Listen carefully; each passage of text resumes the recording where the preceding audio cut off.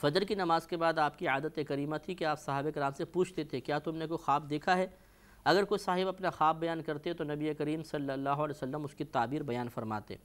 اگر کسی نے نہیں دیکھا ہوتا تو عموماً پھر ایسی ہوتا کہ نبی کریم فرماتے کہ میں نے خواب دیکھا ہے، اب اس کی تفصیل بیان کیا کرتے تھے۔ لہذا خواب دیکھنا کوئی برا نہیں ہے، اس کو بیان کرنا یہ بھی غلط نہیں ہوتا، اس کی تعبیر بیان کرنا یہ بھی غلط نہیں ہے۔ اور نبی کریم صلی اللہ علیہ وسلم نے صحابہ کرام میں سے سیدنا ابوبکر صدیق رضی اللہ تعالی عنہ کا انتخاب کیا تھا کہ آپ خواب کی تعبیر بیان کریں گے۔ اس سے بھی معلوم ہوا کہ خواب کی تعبیر بیان کرنا ہر ایک کے بس کی بات نہیں ہوتا۔ یہ اللہ تعالیٰ کے پیارے حبیب کریم صلی اللہ علیہ وسلم نے اپنے سب سے بڑے اور جلیل القدر صحابی کا انتخاب فرمایا تھا اس مقصد کے لیے کہ آپ باقاعدہ تعبیر بیان کریں۔ تو اس میں انتخاب بھی بہت ہی سوچ سمجھ کر ہونا چاہیے، اور جس کو واقعی خواب کی تعبیر بیان کرنی آتی ہو وہی تعبیر بیان کرے۔ تیر چلانے سے کوئی فائدہ نہیں ہے، اس میں بعض اوقات آدمی گناہگار بھی ہو جائے گا کہ آپ غلط تعبیر بیان کریں گے جو قرآن و حدیث کی تعبیرات کے خلاف ہوگی، اور سامنے والا وساوس اور بدگمانیوں کا شکار ہو کر بعض اوقات اللہ کی ذات پاک سے مایوس بھی ہو سکتا ہے۔ اس لیے بہت احتیاط کی بات ہے، ایک امانت ہوتی ہے کہ جو ہم اس شخص تک پہنچا رہے ہیں صحیح پہنچائیں گے تو اچھا ہے، غلط پہنچا دیے تو گرفت بھی ہو سکتی ہے۔ تو آگے آپ نے ارشاد فرمایا یہاں تک فرما کے وَقَدْ أَحْسَنَ بِي إِذْ أَخْرَجَنِي مِنَ السِّجْنِ، اور بے شک اللہ تبارک و تعالیٰ نے مجھ پر بڑا احسان فرمایا کہ مجھے اس قید خانے سے نکالا۔ وَجَاءَ بِكُم مِّنَ الْبَدْوِ مِن بَعْدِ أَن نَزَغَ الشَّيْطَانُ بَيْنِي وَبَيْنَ إِخْوَتِي، اور اس نے یہ بھی کرم نوازی فرمائی کہ آپ سب کو اس گاؤں سے نکال کر مجھ تک پہنچا دیا، اور شیطان نے میرے درمیان اور بھائیوں کے درمیان جو ایک نفرت ڈلوائی تھی، ایک ناچاقی پیدا کی تھی، اللہ نے اسے بھی ختم کر دیا۔ اس میں اگر آپ غور کریں تو یوسف علیہ السلام نے اس اعتراف میں بھائیوں کے اس عمل کا تذکرہ نہیں کیا کہ اللہ کا بڑا کرم ہے کہ اس نے مجھے کنویں سے نکالا جس میں مجھے بھائیوں نے پھینک دیا تھا، نہیں، بلکہ اس کو آپ درگزر کر گئے۔ اس لیے درگزر کر گئے کہ بھائی نادم ہو چکے تھے، شرمندہ ہو چکے تھے، اب ان کے سامنے دوبارہ اس بات کا تذکرہ ان کو مزید شرمندگی، ندامت اور ذلت میں مبتلا کر سکتا تھا، اس لیے ان کے قلوب کا احترام کرتے ہوئے اور ان کی دلجوئی کی خاطر آپ نے یہ کلمات زبان پر نہیں لائے۔ اس سے یہ معلوم ہوا کہ انبیاء علیہ السلام بڑے رحیم، بڑے شفیق، بڑے کریم ہوتے ہیں۔ ہمیں بھی یہ کوشش کرنی چاہیے کہ کسی نادم، شرمندہ اور تائب شخص کو مزید شرمندہ کرنے کی کوشش نہ کریں۔ ہمارے اندر یہ بہت ہی بری ایک صفت ہوتی ہے، خصوصاً خواتین میں، بہنیں دیکھ رہی ہو تو برا بھی نہ مانیں، کہ اگر کوئی گناہ سے تائب ہو بھی گیا ہے لیکن اسے گناہ مشہور ہو گیا تھا تو ہم تانا زنی سے باز نہیں آتے۔ ہاں جی پتہ ہے، پڑھے تم کتنے پارسا ہو، فلاں جگہ ایسا کام نہیں کیا تھا۔ اب اگرچہ وہ توبہ کر چکا ہو لیکن ہم جان بوجھ کے اس طرح کسی کی دل آزاری کرتے ہیں، یا ویسی جی لوگ تو بڑے پارسا بنتے ہیں۔ اب جو سامنے وہ بیٹھا ہوا ہے تائب شخص اور ہم کسی سے گفتگو کرتے ہیں، اس کو سنا رہے ہوتے ہیں، جی لوگ تو بڑے پارسا بنتے ہیں، ان کے اپنے کارنامے دیکھو کیا سے کیا ہیں، کیسے کیسے منہ کالے کیے ہیں معاذ اللہ۔ تو اب وہ شخص بیچارہ دل میں شرمندہ ہو رہا ہوتا ہے کہ یار مجھ پہ ہی یہ مطلب طنز کیا جا رہا ہے۔ تو اچھی طرح یاد رکھیں کہ نبی کریم صلی اللہ علیہ وسلم نے ارشاد فرمایا کہ جس نے اپنے کسی مسلمان بھائی کو اس گناہ پر عار دلوائی، شرمندگی دلوائی جس سے وہ توبہ کر چکا ہے، تو اللہ تبارک و تعالیٰ خود اس شخص کو اس گناہ میں مبتلا فرما دے گا۔ تو اب غور کریں کہ یہ بہت سخت وعید ہے، اس لیے ہمیں چاہیے کہ ایسی غلط حرکت نہ کریں۔ اگر کوئی توبہ کر چکا ہے تو وہ تائب شخص اللہ کی بارگاہ میں بہت مقبول ہوتا ہے، وہ پرانے اس گناہ کی وجہ سے اللہ تعالیٰ کی بارگاہ میں کوئی ذلیل نہیں ہو گیا۔ امام غزالی رحمۃ اللہ علیہ نے ایک واقعہ لکھا ہے کہ قصائی شخص لڑکا تھا، وہ اپنی کزن کی محبت میں گرفتار ہو گیا اور اس کے دل میں برائی کا ارادہ پیدا ہوا۔ ایک دفعہ وہ کزن جو تھی وہ کسی کام سے اپنے نکلی کسی اور گاؤں میں جانے کے لیے، تو اس لڑکے نے پیچھا کیا اور ایک مقام تنہائی میں جا کر اپنی بری خواہش کا اظہار کیا۔ تو اس لڑکی نے کہا کہ میرے دل میں بھی خواہش موجود ہے لیکن میں اپنے اللہ سے ڈرتی ہوں کہ اگر ہم یہ کام کریں گے، ہم برائی کچھ کریں گے تو اللہ تعالی ہم سے ناراض ہوگا، یہ خوف خدا مجھے اس برائی کی طرف بڑھنے سے روکتا ہے۔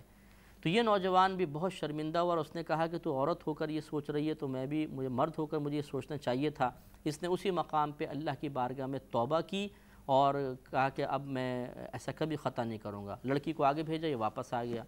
اب وہ پرانے زمانے تھے، زیادہ راہ ختم ہو چکا تھا، چلتے چلتے راستہ بھٹک گیا اور بہت ہی بالکل اس کی موت کا وقت قریب آ گیا۔ تو قریب اس کو ایک اور شخص نظر آیا، ان سے پوچھا کہ آپ کون ہیں؟ تو اس نے بتایا کہ میں ایک نبی کا قاصد ہوں، مجھے ایک نبی نے کسی کام سے بھیجا تھا، اب میں واپس جا رہا ہوں۔ تو اس نے کہا بھی مجھے تو بڑی پیاس لگ رہی ہے، کیا کرے؟ اس نے کہا بھی میں بھی پیاس میں مبتلا ہوں۔ اس شخص نے کہا ایسا کرتے ہیں کہ ہم دونوں اللہ تعالیٰ کی بارگاہ میں دعا کرتے ہیں کہ اللہ تعالیٰ ایک بادل بھیج دے تاکہ وہ بادل ہم پر آئے اور ہم اس کے سائے میں کم از کم سفر طے کر سکیں۔ اس نے کہا ٹھیک ہے۔ تو وہ قاصد کہنے لگا کہ بھئی آپ دعا کریں۔ یہ لڑکا کہنے لگا نہیں، میں تو بڑا گناہ گار ہوں، بہت ہی میرے سے خطائیں ہوئی ہیں، میں کہاں دعا کر سکتا ہوں، اور میں دعا کروں گا بھی تو میری کہاں مقبول، آپ تو ماشاءاللہ نبی کے قاصد ہیں، آپ دعا کیجئے۔ انہوں نے کہا اچھا چلیں ٹھیک ہے۔ انہوں نے دعا کی، لڑکے نے آمین کہی تو ایک بادل ان کے سر پر آ گیا، دعا قبول ہو گئی اور بالکل ٹھنڈک ہو گئی۔ اب یہ اس کی روشنی، اس کے سائے میں سفر طے کرتے رہے۔ جب یہ گاؤں کے قریب آئے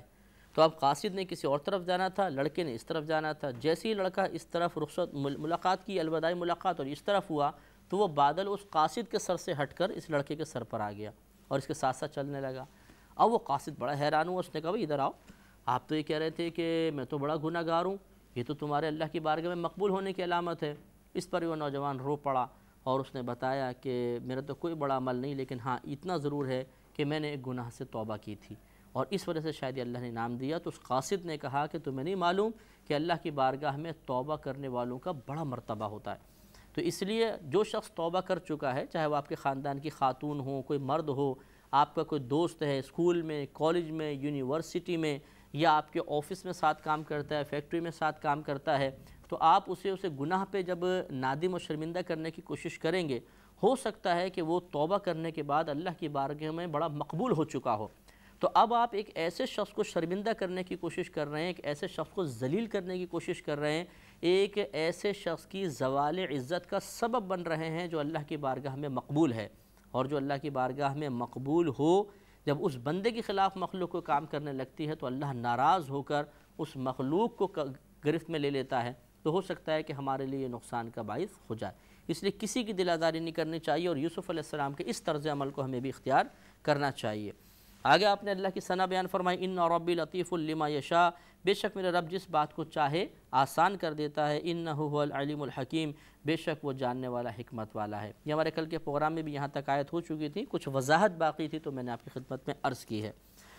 آگے آپ نے عرض کی، ربی اے میرے رب، قد آتیتنی من الملکی، بے شک تو نے مجھے ایک سلطنت عطا فرمائی، وعلمتنی من تأویل الاحادیث، اور مجھے کچھ باتوں کا انجام نکالنا سکھایا، یعنی مجھے تعبیر کا علم عطا فرمایا۔ فاطر السماوات والارض، اے آسمانوں اور زمینوں کے بنانے والے، انت ولی فی الدنیا والآخرہ، تو بے شک تو میرا کام بنانے والا ہے، تو میرا ولی ہے، تو میرا مددگار ہے، دنیا میں بھی اور آخرت میں بھی۔ توفنی مسلما والحقنی بالصالحین، مجھے مسلمان اٹھا، مجھے مسلمانی کی حالت میں موت عطا فرمانا اور مجھے نیک لوگوں سے ملحق کر دینا، ملا دینا۔ یہ دعا جو آپ کی ہے بظاہر تو ایسے لگتا ہے کہ ایک ہی نشست میں ہو رہی ہے، لیکن معاملہ یہ ہوا تھا کہ آپ نے دعا اس وقت کی تھی جب یعقوب علیہ السلام کا وصال مبارکہ ہوا۔ یعقوب علیہ السلام تقریباً 145 سال کی عمر میں آپ نے وفات پائی تھی، اور تقریباً آپ 23 برس تک مزید جو تھے وہ ان کے ساتھ رہے تھے یوسف علیہ السلام کے، اور اس کے بعد پھر یوسف علیہ السلام جب ان کا انتقال ہوا تو ان کو مطلب دفنایا گیا، اور کہا جاتا ہے ایک روایت کے مطابق کہ مصر میں دفنایا گیا، ایک روایت کے مطابق شام میں دفنایا گیا تھا یعقوب علیہ السلام کو۔ اور اس کے بعد پھر یوسف علیہ السلام نے یہ دعا کی کہ اے زمین اور آسمان کے بنانے والے، تو دنیا اور آخرت میں میرا مددگار ہے، مجھے بھی مسلمانی کی حالت میں اٹھانا، وَأَلْحِقْنِي بِالصَّالِحِينَ، اور ان لوگوں کے ساتھ مجھے ملا دینا جو نیک ہیں، پرہیزگار ہیں، یعنی انبیاء علیہ السلام، حضرت ابراہیم علیہ السلام، اسحاق علیہ السلام اور میرے والد یعقوب علیہ السلام کے ساتھ مجھے ملانا۔ اس سے معلوم ہوا کہ نیک لوگوں کے قرب کی تمنا کرنا یہ تو انبیاء علیہ السلام کا بھی طریقہ رہا ہے، اس میں شرعاً کوئی حرج نہیں ہے۔ یہاں تک واقعہ بیان کرنے کے بعد اب اللہ تبارک و تعالیٰ کا مخاطب دوبارہ نبی کریم صلی اللہ علیہ وسلم کا قلب انور ہوا، اور اللہ تعالیٰ اب دوبارہ اپنے حبیب سے کلام فرما رہا ہے، ذَلِكَ مِنْ أَنْبَاءِ الْغَيْبِ نُوحِيهِ إِلَيْكَ، اے حبیب کریم صلی اللہ علیہ وسلم، یہ غیبی خبریں ہیں جو ہم آپ کی طرف وحی فرماتے ہیں۔ ہم پہلے بھی اس پہ کلام کر چکے ہیں کہ لفظ نبی یون کا تو معنی ہی یہ ہوتا ہے غیب کی خبریں دینے والا۔ انبیاء علیہ السلام آتے ہی اس لیے ہیں کہ وہ اپنی قوم کو پچھلے واقعات جو ہو چکے اور آئندہ جو خطرات ہونے والے ان سے آگاہ کرتے ہیں، اور پچھلا جو ہو چکا وہ بھی اور آنے والا جو ہے وہ بھی پوشیدہ امور ہے، غیب ہے، تو انبیاء علیہ السلام غیبی خبر دینے کے لیے آتے ہیں۔ اس لیے ماننا ہی لازم ہوگا کہ اللہ تعالیٰ کی عطا سے انہیں علوم غیبیہ حاصل ہوتے ہیں، اور اس پر نص سری یہ ہے کہ ذالک من انباء الغیب، یہ غیبی خبریں ہیں، غیب کی خبریں ہیں، نوحیہ الیک، جو ہم آپ کی طرف وحی فرماتے ہیں۔ وما کنت لدیہم اذ اجمعوا امرہم وہم یمکرون، اے حبیب آپ ان بھائیوں، یوسف علیہ السلام کے بھائیوں کے پاس نہ تھے جس وقت وہ اپنے معاملے پر اتفاق کر رہے تھے، اور جس وقت وہ یوسف کے خلاف تدبیر کر رہے تھے، مکر کر رہے تھے، انہیں کنویں میں ڈالنے کی اسکیم بنا رہے تھے۔ تو گویا کہ اس میں اشارہ یہ نہیں ہے کہ دیکھیں آپ کے علوم بہت کم ہیں، آپ کو تو علم ہی نہیں، آپ اس زمانے میں نہیں تھے، بلکہ مقصود یہاں پہ اللہ تبارک و تعالیٰ کا کفار و مشرکین کی زبانوں کو بند کرنا اور نبی کریم صلی اللہ علیہ وسلم کے نبی حق ہونے کو بیان کرنا ہے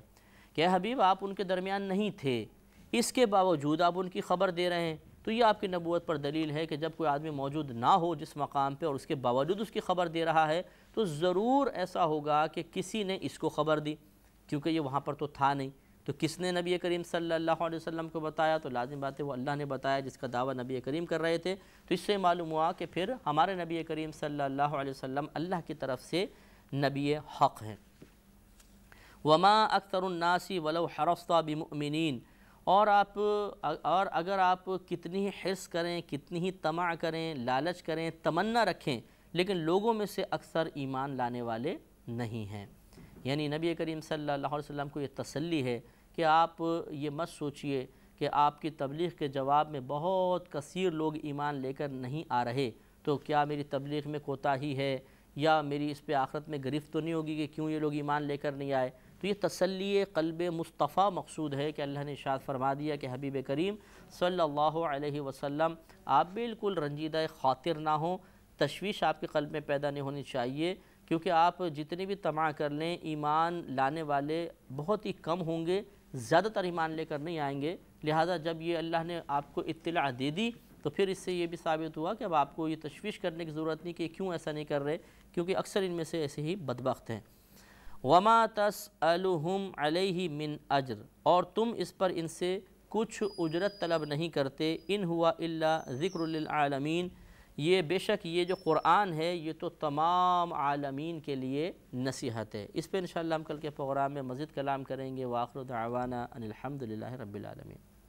کتاب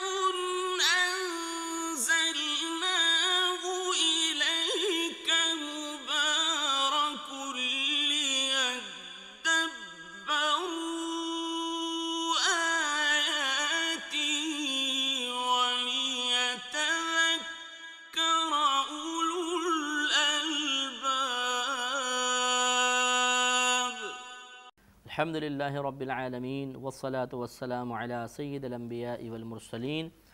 اما بعد فاعوذ باللہ من الشیطان الرجیم، بسم اللہ الرحمن الرحیم۔ سورہ یوسف کی تقریباً 104 آیات کی تفسیر ہو چکی ہے۔ 104 نمبر آیت میں اللہ نے ارشاد فرمایا تھا کہ ان ہوا الا ذکر للعالمین، بے شک یہ جو قرآن ہے یہ سارے جہان والوں کے لیے نصیحت ہے۔ نصیحت کا مطلب ہے کہ کسی سے کچھ سبق سیکھنا، درس حاصل کرنا اور پھر اس کے تقاضے کے مطابق عمل کرنے کی کوشش کرنا، تب یہ نصیحت، جس چیز سے ہم درس حاصل کر رہے ہیں وہ نصیحت ہوتی ہے، اور اس کی تکمیل اس وقت ہوگی جب ہم عمل کر لیں گے۔ تو اللہ نے قرآن کو تمام جہان والوں کے لیے نصیحت قرار دیا۔ لازم بات ہے کہ قرآن نصیحت اسی وقت بنے گا جب ہم اس کو پڑھیں گے، ہم اس کو سمجھیں گے، سمجھنے کے بعد اس کے تقاضوں کے مطابق اپنا محاسبہ کرتے ہوئے عمل کی سعادت حاصل کریں گے۔ اب المیہ یہ ہے کہ ہمارے مسلمانوں بھائی اور بہنوں نے قرآن کو چھوڑ دیا، قصے، کہانیاں، مختلف قسم کی بے سروپا باتیں ہمارے درمیان،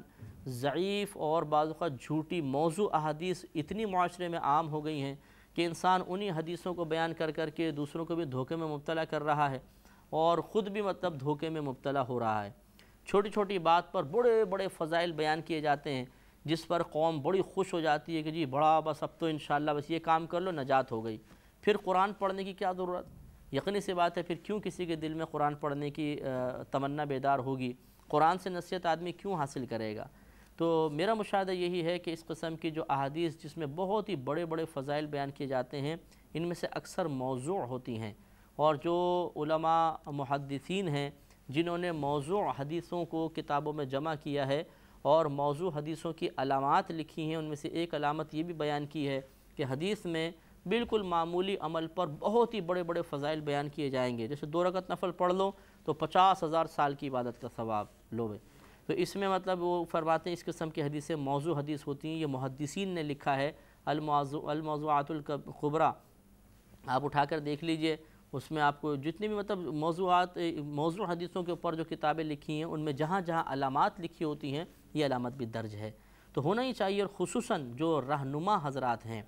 جو مطلب دینی رہنما ہیں، یعنی مذہبی رہنما سے مراد ضروری نہیں ہے کہ وہ کسی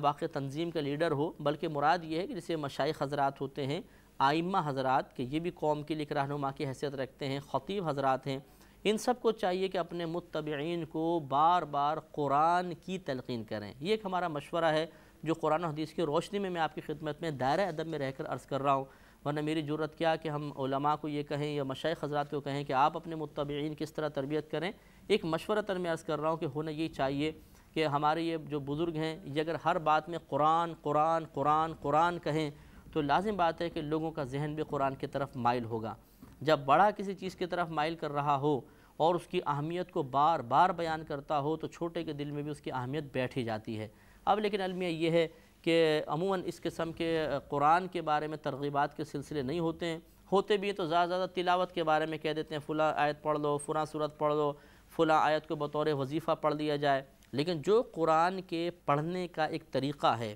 جیسے میں نے آپ کو عرض کیا کہ پہلے عبارت، پھر عربی، پھر اردو ترجمہ، پھر اس کے بعد تفسیر، اس کے بعد اپنا محاسبہ، اس کے بعد قرآن کو بنیاد بناتے ہوئے عمل کی سعادت، یہ چیزیں ہر جگہ اگر رائج ہو جائیں تو پھر وہی دور آئے گا سابقہ دور صحابہ کرام کا کہ جو قرآن کو اپنی بنیاد بنا کر قرآن سے اکتساب فیض اولاً کیا کرتے تھے۔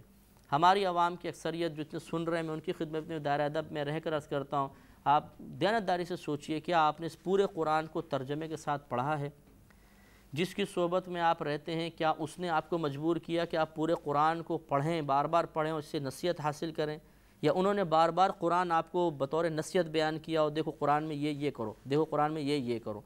لیکن ایسا عموماً نہیں ہوتا۔ تو میں یہ نہیں کہہ رہا ہوں کہ جو ایسا نہیں کر رہا وہ 100% غلط ہے، لیکن یہ ضرور ہے کہ اللہ تعالیٰ کے پیارے حبیب کریم صلی اللہ علیہ وسلم نے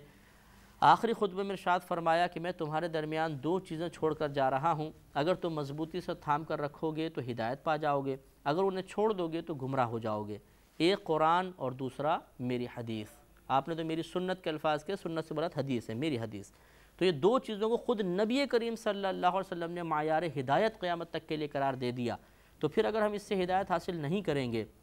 تو پھر نقصان ہوگا۔ اب دیکھیے آپ جو مسلسل ہمارے سننے والے ہیں وہ اس بات کا اعتراف کریں گے کہ اس سے جب ہم تفسیر بیان کر رہے ہیں تو سینکڑوں ایسے نکات آپ کے سامنے آ رہے ہوں گے جس کی طرف کبھی ہماری توجہ بھی نہیں گئی تھی۔ توجہ اس لیے نہیں گئی تھی کہ ہم صرف عربی پڑھتے تھے، کبھی نہ ہم نے ترجمہ سنا، نہ ہم نے تفسیر سنی، تو لازم بات ہے کہ صرف عربی جو ہماری مادری زبان نہیں ہے اس کو پڑھنے سے یہ نکات کیسے ہمیں حاصل ہو جاتے۔ تو اس لیے یہ قرآن کو جو اللہ نے فرمایا کہ یہ عالمین کے لیے نصیحت ہے، تو اس نصیحت اسی وقت بنے گی جب ہر شخص اس کو نصیحت ثابت کرنے کے لیے ترغیبی عمل اختیار کرے گا۔ اس میں صرف مشائخ حضرات ہی نہیں، مطلب گورنمنٹ لیول پہ بھی کاش ایسا ہو جائے کہ دروس قرآن کا اہتمام ہو۔ اس طرح یونیورسٹیز میں لیکچرر حضرات جو ہیں، کالجز میں، اسکول میں ٹیچرز وغیرہ ہیں، دارالعلوموں کے اندر ایسا ہی ہونا چاہیے۔ پھر اس کے علاوہ مساجد میں، گھروں کے اندر ماں باپ پہ ذمہ داری ہے کہ وہ قرآن بچوں کو بطور نصیحت ان کے سامنے قرآن کی آیات پیش کریں اور قرآن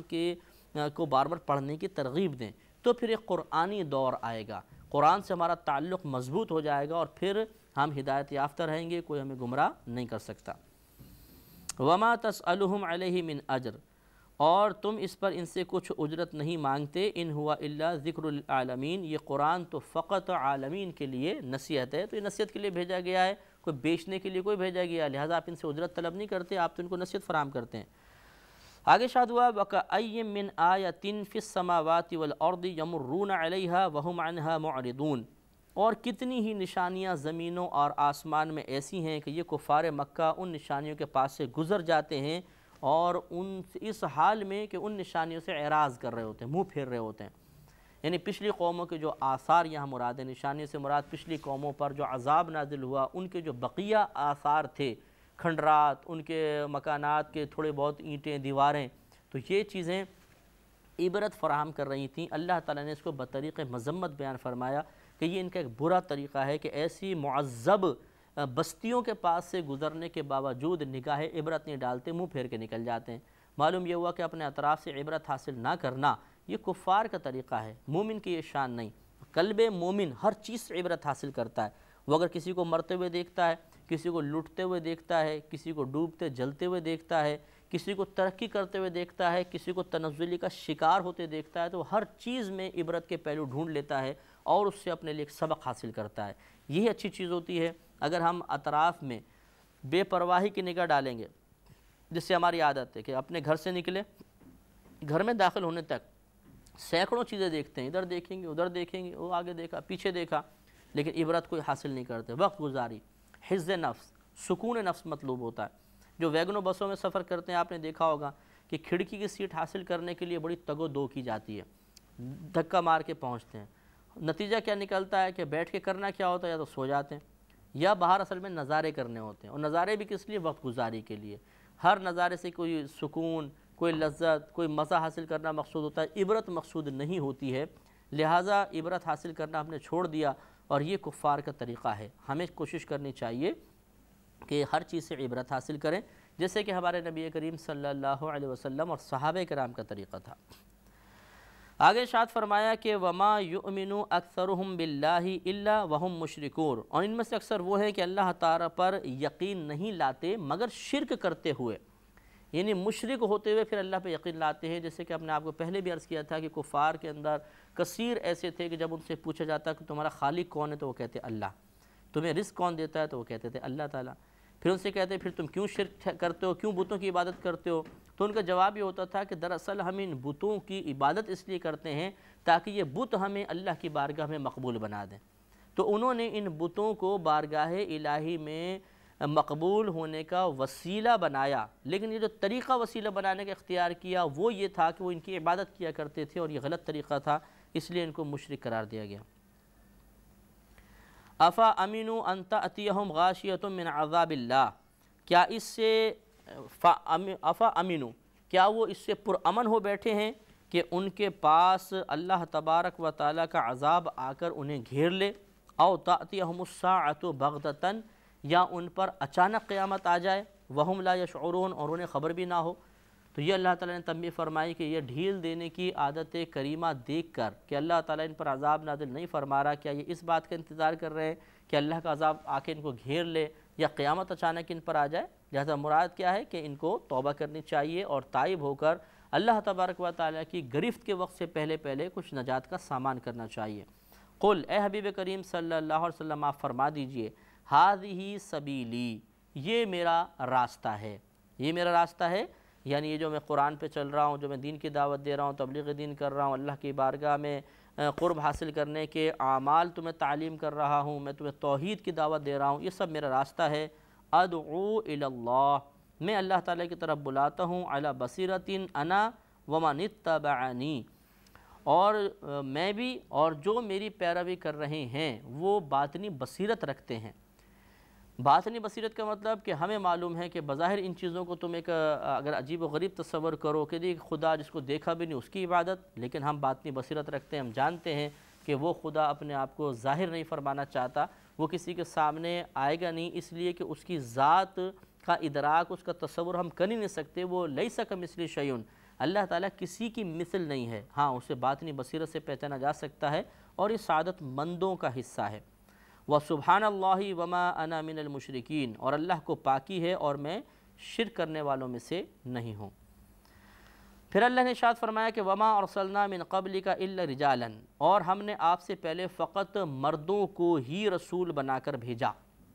جتنے رسول بھیجے سب کے سب مرد تھے، کوئی عورت، کوئی مطلب فرشتہ وغیرہ وہ رسول بن کر نہیں آیا۔ یہ بھی کفار کا رد تھا کہ انہوں نے کہا کہ آپ کو کیوں بھیجا، اللہ تعالیٰ اگر بھیجنا چاہتا کسی کو قاصد بنا کے کسی فرشتے کو بھیج دیتا، تو اللہ تعالیٰ نے ان کو تنبیہ فرمائی کہ یہ نبی کریم صلی اللہ علیہ وسلم کے ساتھی بشر یا مرد ہونا تو خاص نہیں ہے، ان سے جو پہلے انبیاء علیہ السلام آئے ان کے بارے میں کیا خیال ہے؟ جتنے بھی آئے سب کے سب مرد تھے، تو ان پر پھر یہ طنز کیوں؟ نوحی الیہم من اہل القرى، جنہیں ہم وحی کرتے ہیں، اور جتنے بھی رسول ہم نے بھیجے من اہل القرى، یہ شہر میں رہنے والے تھے، ان سب کی سکونت شہر میں تھی۔ اس سے حضرت ابن عباس رضی اللہ تعالیٰ عنہ نے نتیجہ مرتب کیا کہ کبھی کسی نبی کو گاؤں سے منتخب نہیں کیا گیا، یعنی کہ کوئی گاؤں سے نہیں، سب شہر میں رہنے والے تھے، اور جنات نہیں تھے، کوئی عورت کبھی نبی نہیں بنی، اور اس طرح فرشتہ کبھی نبی نہیں ہوا، صرف مرد ہوئے اور شہر میں رہنے والے تھے۔